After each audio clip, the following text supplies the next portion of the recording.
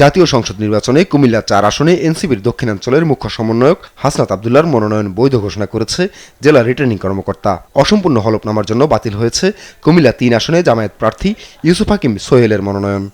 আজকে পরে মনে হয়েছে যে নির্বাচনে কতটা নিরপেক্ষ হবে, প্রশাসন কতটা নিরপেক্ষ থাকবে, সেটি আসলে এখন আমি শঙ্কা প্রকাশ করছি। আদালত অবমাননার অভিযোগের মামলায় যথাযথ নথিপত্র উপস্থাপন করতে না পারায় কক্সবাজার 2 আসনে জামায়াত প্রার্থী দলটির সহকারী secretary general HM. Hamidur Rahman আজাদের মনোনয়নপত্র অবৈধ ঘোষণা করা হয়েছে। কক্সবাজার 1 আসনে বৈধতা পেয়ে বিএনপির স্থায়ী কমিটির সদস্য সালাউদ্দিন আহমদ বলেন, সত্যিকার গণতান্ত্রিক ও রাজনৈতিক সরকার গঠিত হবে নিরপেক্ষ ভোট গ্রহণের মাধ্যমে।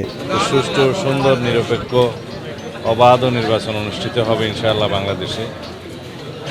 ফ্যাসিস্ট মুক্ত বাংলাদেশে গণমানুষের এটাই প্রত্যাশা। রংপুরে যাচাই বাছাইয়ের সময়ে এনসিপি ও জাতীয় পার্টির নেতাকর্মীদের মধ্যে হট্টগোল হয়।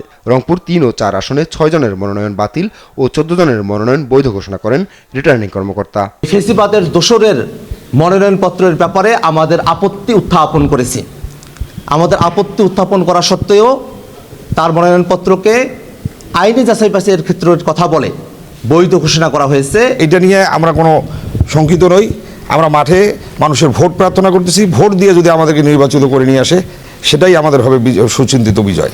হলফনামায় গরমিল থাকায় বগুড়া 2 আসনে নাগরিক ঐক্যের সভাপতি মাহমুদুর রহমান মান্না এবং সম্পদ বিবরণী দাখিল না করায় জাতীয় পার্টির শরীফুল ইসলাম জিন্নার মনোনয়নপত্র বাতিল করা হয়েছে। উনি হলফনামায় মিথ্যা তথ্য, অসত্য তথ্য এবং তথ্য গোপন করার অভিযোগে শিবগঞ্জ আসনের যেটা বগুড়া 2 এই আসনে নাগরিক ঐক্যের প্রার্থী জনাব মাহমুদুর রহমান মান্না মনোনয়নপত্র বাতিল হয়েছে। দ্বৈত নাগরিকত্বের কারণে কুড়িগ্রাম 3 আসনে জামায়াত প্রার্থী মাহবুবুল আলমের মনোনয়নপত্র স্থগিত ঘোষণা করেছেন জেলা রিটার্নিং অফিসার।